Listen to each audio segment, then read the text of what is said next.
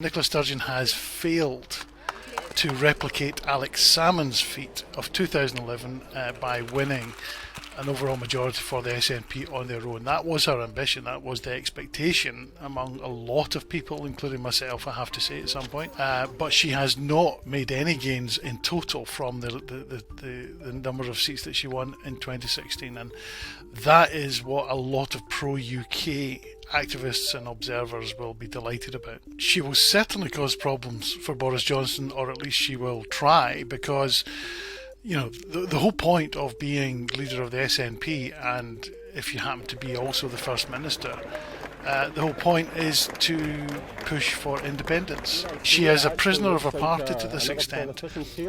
She cannot do anything other than demand another referendum and pursue ways towards independence. Her party are becoming increasingly impatient with what they see as a lack of urgency on Sturgeon's part. The Scottish Parliament election results were always going to pose a problem for Boris Johnson, but he, like a lot of pro-UK voters in Scotland, will be breathing a bit of a sigh of relief that Sturgeon has not managed to get an overall majority. In fact, these results are probably the best that he could have hoped for in terms of his own position and his own strategy in resisting another referendum. So, although it's difficult, it's no more difficult than it was before these elections, because, as I say, there was a pro-independence majority in the Parliament after the last election, and on two different occasions Sturgeon demanded, in inverted commas, the right to call a second referendum, and both Theresa May and then Boris Johnson said no. What she will claim, and she's right in this, is that a majority of MSPs now elected to the Scottish Parliament are indeed pro-independence.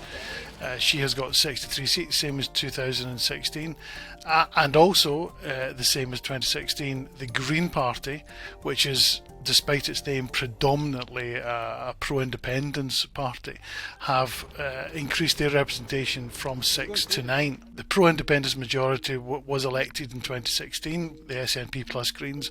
The same has happened this time. Boris Johnson will say that, and he will say correctly, that a constitutional referendum of the sort that will fracture some sovereign territory by its nature should not be held frequently, and it was only 7 years ago, the last one. So he will take Sturgeon at her word back in 2014 when she promised a once in a generation. Such constitutional referendums cannot be held regularly because they are so disruptive, and they undermine the credibility of a nation state, quite apart from the societal divisions that are created.